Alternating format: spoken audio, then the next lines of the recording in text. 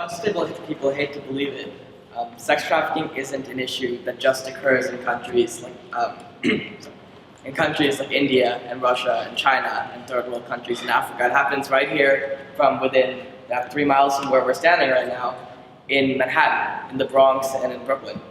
And it happens to girls that are 12 years old, which is the average age of entry into sex trafficking, just like these two 5th graders at Friends Seminary. And about 2,200 to 5,000 youth every day in this city are trafficked. And so a common misconception among people is that, due to the media partly, is that someone might drive up in their car and there'll be an adult woman standing on the corner and you honk that horn and someone gets into your car and you have sex. But that's not how it works now. With the internet, with websites previously priceless, who thankfully recently took down their adult section, but now Backpage. Basically, you can see there are several categories under adult services, and in every one of those categories, there are thousands upon thousands of ads for women and many, many children to perform sexual favors.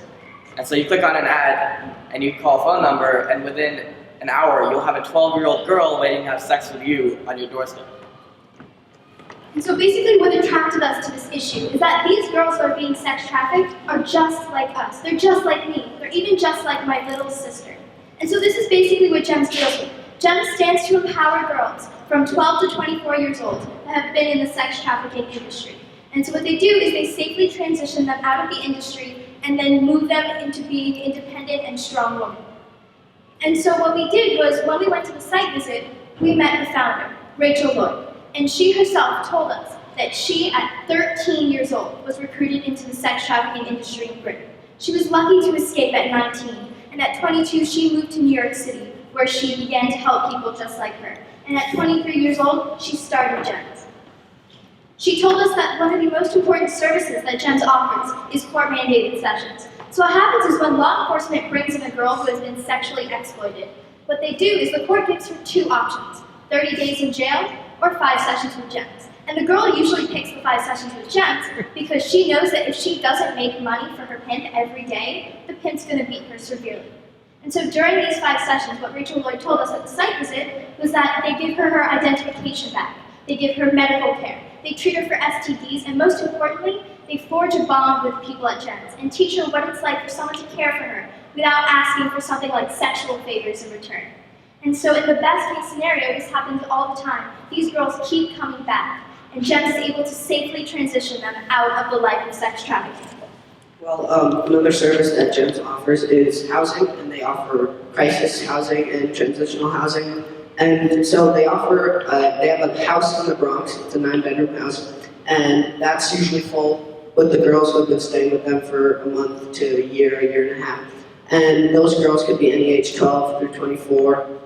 And then they also have 2 apartments in Harlem, and those are also usually full of girls who have children from the ages of 18 to 24. And something that I really liked about GEMS on the site visit, and just about them in general, they really try to keep their housing and their offices and everything very secretive, because if the pimps come and find where the girls are staying and where they are, they just take them right back, and it's a lot harder to escape the sex trafficking industry more than once. And so when we went to the site visit, we literally walked right past the offices, and those are the offices, so you really see how much they try to protect the girls and keep them safe from all the pimps. And then when we finally made it to the building, which was really difficult to find, there were video cameras, and the women had to walk out and take us around to secret exits, secret entrance and stuff like that. So it's really cool how they do that. So GEMS offers a variety of education opportunities for all their girls, including aided enrollment. So basically, they help their girls enroll in junior high, high school, college, and other summer intensive programs. And many of these summer intensive programs have to do with things like technology, public speaking, and other things that help the girls become educated and articulate about the issue of sex trafficking in New York City. And education is not only important because they need to be educated, but they also need to become independent and self-reliant, which is a very hard thing for a girl coming out of the world of sex trafficking. So GEMS has an overwhelming success rate of 72% of the girls that they help make it out of the sex trafficking industry. And in 2013 alone, they helped 357 girls exit the industry. And that's only counting their in-house services. They also offer outreach services, and they've reached over 1,500 girls every year. They also help to train police officers to be able to identify the signs of sex trafficking. They've created an NYPD task force, which consists of 17 officers and is still growing. They also helped to pass the Safe Harbor Act in 2008. So before the Safe Harbor Act was created, girls as young as 11 and 12 were being prosecuted for prostitution, which doesn't make sense because girls under 17 are not legally allowed to agree to have sex. So they were being statutorily raped and yet still arrested and thrown in jail for this. So with the passing of the Safe Harbor Act, which GEMS helped to create and lobby for, girls can no longer be arrested for prostitution under 17 and instead are often sent to GEMS. They also have, this law has also been passed in 13 other states, and they're lobbying to try and get it passed in more states in coming years. So GEMS, they work on the prosecution of pimps and johns, but there's always going to be another pimp to come and take their place. So they focus mainly on empowering these girls so that they don't have low self-esteem and they don't feel like they need to be beaten to be loved. And by combining these two things, they're able to try and eradicate this issue as a whole. So GEM's annual budget is $4 million per year. And they have 40 full and part-time employees. They offer group activities such as yoga, cooking classes, and boxing so these girls get a sense of community. $5,000 would make a huge impact on this organization because it would go straight to programming. And programming is housing. They'd get more food, they'd have clothes, and they'd even train more volunteers. To put $5,000 in perspective, $3,500 is enough to change one girl's life forever. It provides her with food, it provides her with water, housing, physical and psychological needs that she may have, and all of this for a year in New York City for just $3,500. And so basically, among many of GEM's social media campaigns, they launched a new one called World for Girls. And so what we did is we worked with GEMS to make a collage of what we want in our own world for girls.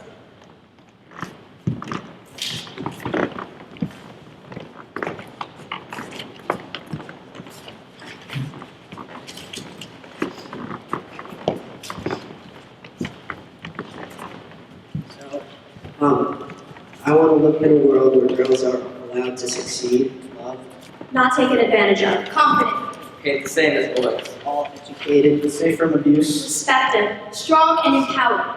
and are not for sale. Thank you.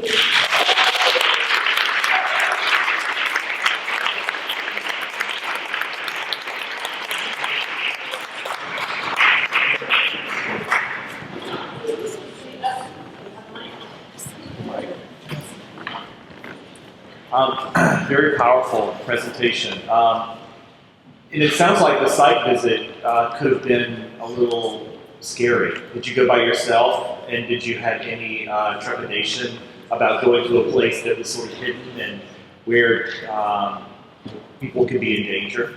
There was no real fear at the site visit because these women that we met with, they work on taking care of people, and it was hard to find, but once we found them, like, they were very into the issue and they really believe in what they're doing, and it was really inspiring. We were actually assured by the site visit because they go to so much trouble to protect these girls from the pimps. Yeah, so we didn't really get to meet any of the girls because they were so protective and so secretive that, they didn't even want us, school kids from New York City to know where these girls are staying. Yeah. Can you say something more about why you think it has such a high success rate, why it's such an incredible model and such a difficult problem? Because many organizations that are similar to this one, they work on trying to prosecute the pimps that take these girls, but there's so many of them, and there's always another one to take their place. And even if a pimp is thrown in jail, the girl doesn't just go back to her normal life. She is taken by another pimp, or she waits till her pimp is released. And GEMS really focuses on empowering these girls and giving them another shot at life, and like raising their self-esteem and giving them education and getting their identity back as often their ID is taken away from them. And they really work on just making sure these girls know that they have a better option than being beaten every night. This work is also really trauma heavy because there are so many psychological impacts on these girls. They develop all of these symptoms from this. And so if you don't help the girls, this issue will never ever be solved.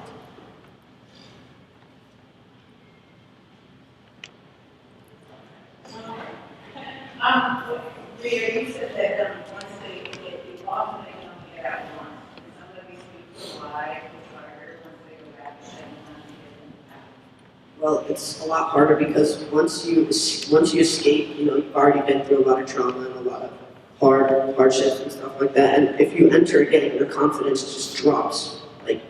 So it's just a lot harder with no confidence. And you don't even have a lot of confidence the first time you get out. So Yeah, once these you're girls, back in, it's they always have low self-esteem, and then they finally get out and they feel proud of themselves.